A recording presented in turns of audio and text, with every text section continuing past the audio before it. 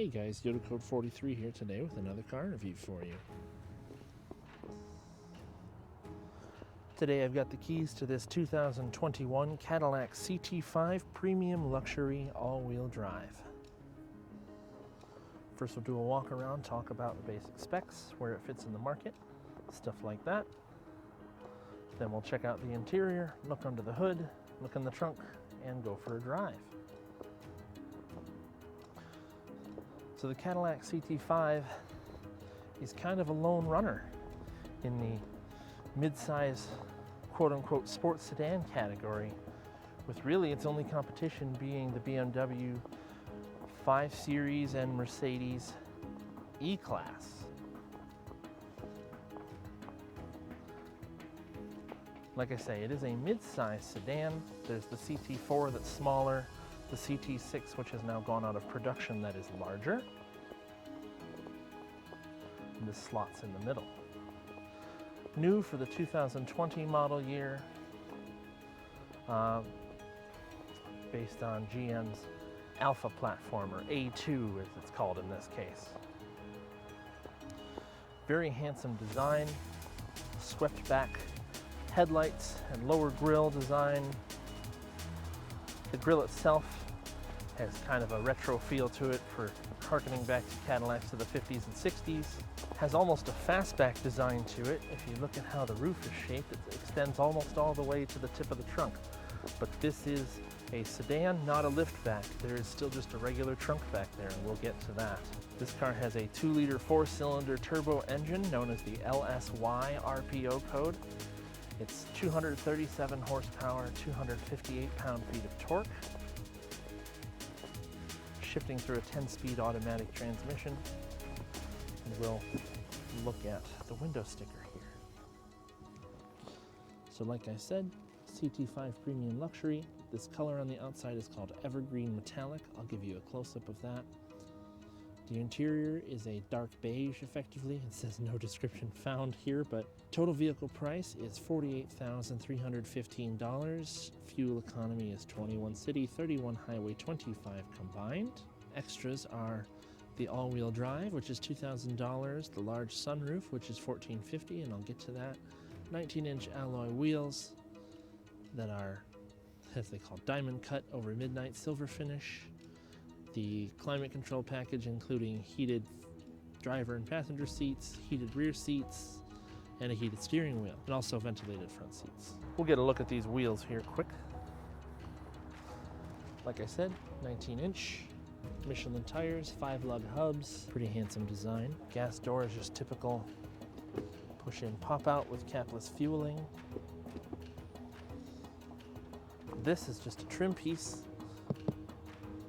There's not actually a glass window in there, it's all plastic. But the chrome line flows nicely from the mirror all the way to the back, terminating here and then returning back to the front along the belt line.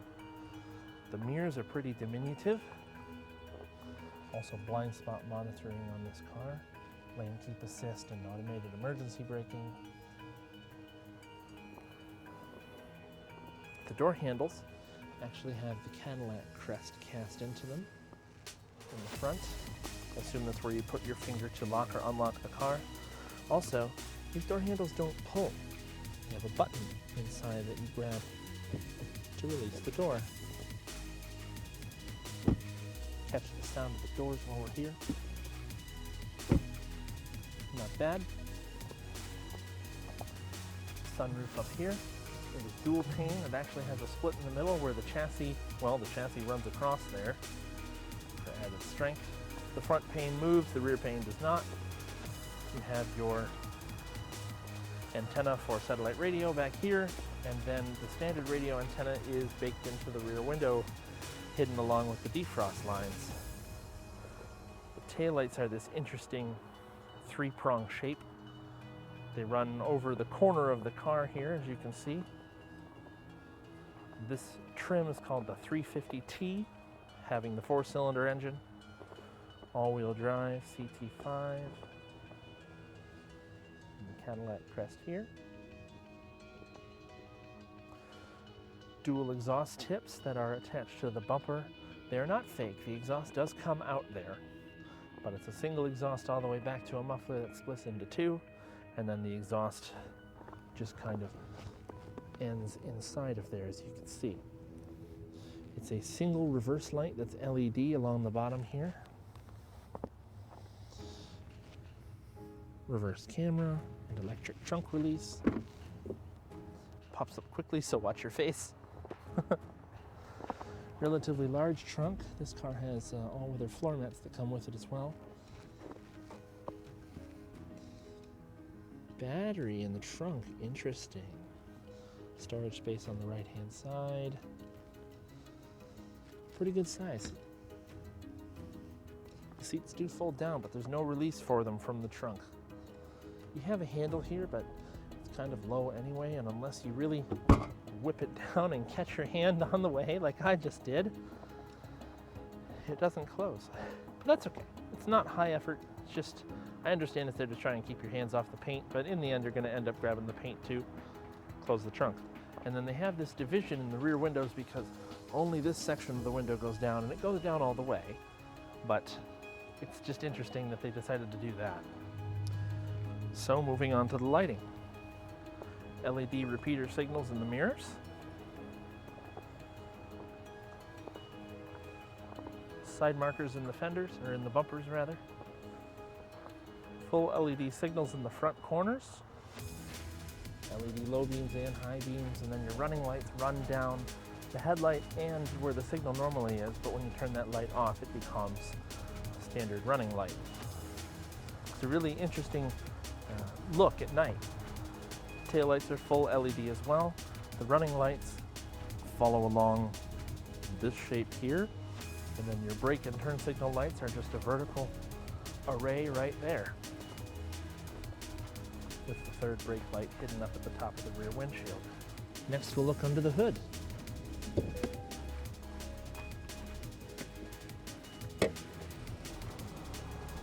Hood struts. So this is the LSY engine, as I mentioned. 2-liter 4-cylinder turbo, 237 horsepower, 258 pound-feet of torque. Nice easy access and lots of room in here. Air box, coolant fill, oil check, oil fill right in front, easy access to the belts, fuse box, and as I said, the battery is in the trunk and brake fluid back there. It runs quiet for a direct injection engine. Nice hood pad with the Cadillac logo cast in there as well. This color is something I really wish it would show up better on camera. Now we'll check out the inside, starting with the keyless entry. It's unlocked right now. If you listen close, you can hear the doors lock, and as soon as you touch the inside and squeeze, opens right up. So like I say, it's like a dark beige in here. Typical controls on the doors. Trunk release down below here. Memory settings here. Not a lot of storage space, but a nice design. I like the wood trim throughout the car. Seat design is pretty interesting. Typical Cadillac of today. They're comfortable, they're well supportive. You sit deep down in, you feel like you're driving a car. You're sitting in it, not on it. It's a hard thing to describe, but basically when the dashboard is more at your neck level as opposed to your chest level, you're sitting in the car as opposed to on the car, where the visibility is really good and you feel like, you could fall out the window. An easier way to explain it is when you're sitting in the car and where your arm sits. If your arm sits up near your shoulder, you're sitting in the car. If your arm sits down near your midsection, you're on the car. We'll check out the back seat and see how I fit in there. This is currently in my driving position. Typical controls on the rear door, automatic windows all the way around. I could definitely sit in here, so we will do so. This is, like I say, behind my driving position. You really have to watch that low slung roof on the way in, or else you're gonna whack your squabby. The dual pane sunroof is a nice touch, but headroom is kind of compromised back here. It's not very much. I might have an inch above my head. A swift bump would give me a good knock to the noggin. Charge port and power point back here, climate control vents but no separate controls. The colors go nicely together. The rear seats you sink into pretty nicely. The headrests are definitely functional. It's nice to rest your head on. Seat back storage on both sides. It's nice. It's a nice place to be. So now we'll continue on to the front seats. Center armrest with cup holders as well. Like I said, these seats do release and fold forward for a pass-through to the rear, but only from up here, not from the back.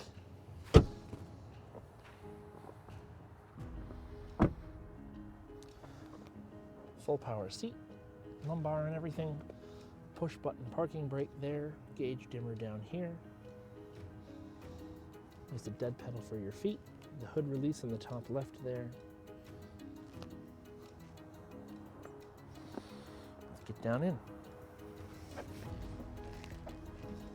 Still a low slung roof design, but not as likely to hit your head in the front seat. This little animation of the Cadillac crest as you get in. Start the car here.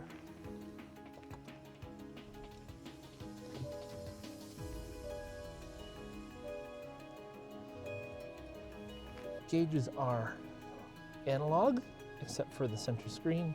At the top, that info is fixed, which shows your digital speed, your cruise control speed, outside temperature, time, and range. But the lower section, you can change around with this roller on the steering wheel. Engine boost, driver assistance, brake pad, air filter life, tire pressures, oil life, fuel range, etc. And your tripometers.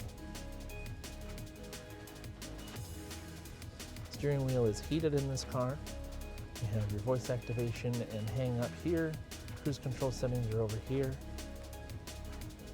Then your screen and audio settings are over here. Volume on the bottom and track and station change on the left. Climate control vents are nicely integrated below the center screen. The wood continues around the inside of the car. You have GM's modern infotainment system, which is quick to respond, runs very smoothly, no complaints there. You have redundant climate control touch buttons on the screen, as well as all the hard buttons down below here. Not too bad, pretty intuitive. Heated and cooled seats in this particular car, as I mentioned before. GM's new electronic shifter, which has your actuating button on the side and your park button is on top. So you push the button, pull down for drive, push the button, push up for reverse, and pull back slightly for neutral. Nope, that's for drive. You can just push it forward for neutral and then push the button for park. Get a little confirmation chime. Cup holders they have no grippers, but you can also hide them away. Wireless charging pad and some extra storage under the dashboard here. You can also control everything on the screen from right here. This pad falls nice and easily to hand to go through your various settings. Works quickly. It is also a push button for selecting what you want. Volume control, track change, and source and whatnot down here. Works nicely. This looks like a slot for a cell phone that's not a charging pad. Release for the center console is on the side. It opens sideways. You have an SD port, various USB chargers, and a power point in here. And it's pretty large. It's nicely flocked. Feels nice. Leather on top.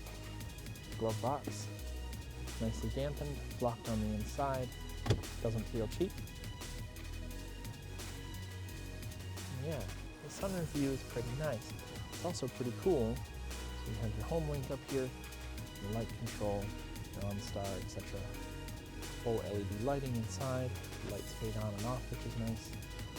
You can control the sliding, which I'm not going to do right now, but when you pull that button in the middle to open and close the shades, which move quickly and are timed to perfectly close at the same time and to offer no sunlight coming through, which I'm okay with.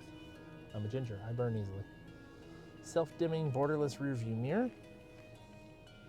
It is not one of GM's fancy camera mirrors, but that's okay. Bluetooth microphones above the visors, as well as in the back seat. Well-lit vanity mirror here. Visors are a little bit stiff, but they slide. Paddle shifters on the steering wheel behind there as well to control the 10-speed. Sounds like I'm talking about a bicycle. Looks like rev limit is 6,200 on this engine. And then wiper controls on the right, light controls on the left, push button start button right there on the dashboard. Then you have your drive modes, and your hill, hold assist, auto stop start, and traction control buttons are all right here. Other than that, I think we're ready for a drive. And I learned that it is not a heads-up display, but it is a warning for impending crash or when you should be stepping on the brakes. It's a warning light that flashes, but you probably won't see that in this video. So now we're going to go for a drive. Okay. We are in drive. Actually, I will demonstrate the rear view camera first. It is nice and high definition. The lines follow the steering. Visibility is pretty good. You know when you're getting close to something. And the seat vibrates when you get close to an object. Interesting. Okay, here we go. Nice pleasant turn signal noise in this car. We have clearance.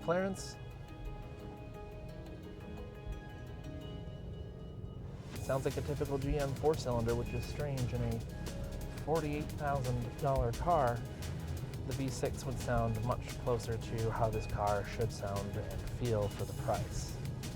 I'm sure the performance would be there too. I haven't stomped on it in this car yet, but I'm sure we'll find that it's adequate but not really exciting, though I'm sure the handling is actually quite good.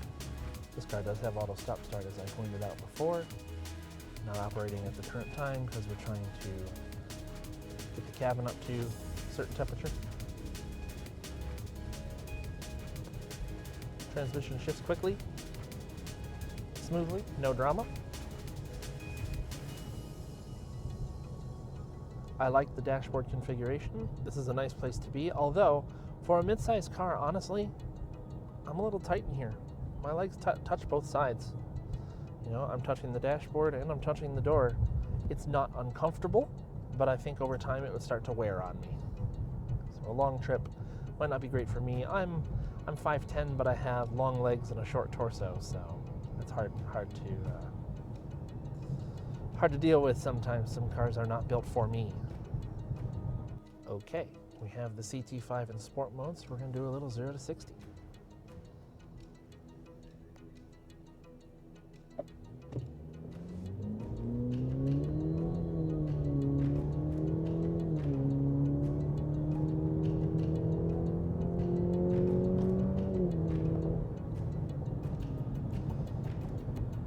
A bit lazy off the line, and it short shifts really quickly. I'm sure it's just to keep the shifts soft, but it was shifting at like 4,800 to 5,000 RPM. This is only a 2-liter engine. It should definitely rev out to that 6,000 like it did after third gear a lot more easily, but I guess it's just the way the car is tuned. I'm sure with a flash tune, the car would pick up some significant power and shift a lot differently. But I like how the transmission feels. We'll check out the turning radius here too. Do a little necessary U-turn. Oh, it's amazing. Easy U-turn.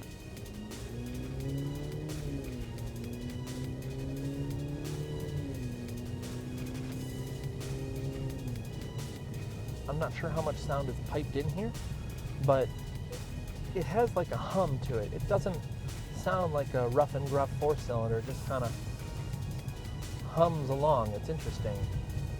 Never heard anything quite like it before. Interesting they chose to go that way with the sound. So, 2021 Cadillac CT5 Premium Luxury All-Wheel Drive 2-liter turbo. It's a mouthful. The car is quiet. It rides really nicely. Has a sporty ride, but not firm whatsoever. It handles bumps very nicely. The 10-speed shifts very quickly, very smoothly. Feels good. The car reacts to throttle input pretty quickly. A little bit lazy, yes, but not bad. Fuel economy is pretty good for the car of this size. Despite only having a 4-cylinder engine, I think it would get a little bit better, but I'm not complaining. The styling is great. This color especially is great. This evergreen metallic. Ah, man, we need more classy colors like this on modern cars as opposed to your standard black, silver, white, gray. They get boring after a while. Hope you guys are enjoying my videos. Oh, also want to add, plentiful rear seat space. It is a mid-sized car and it shows it. Blind spots are not great with that swooping roof line back there, but I wanted to add that as well. Thank you guys for watching my videos so far. I do this for my own enjoyment. I keep my videos pretty raw and uncut besides stitching the clips together. Kind of a one-take review, if you understand what I mean. Like, comment, subscribe, and suggest other vehicles you'd like to see. And yeah, keep watching, stay tuned, plenty more to come. See you guys next time.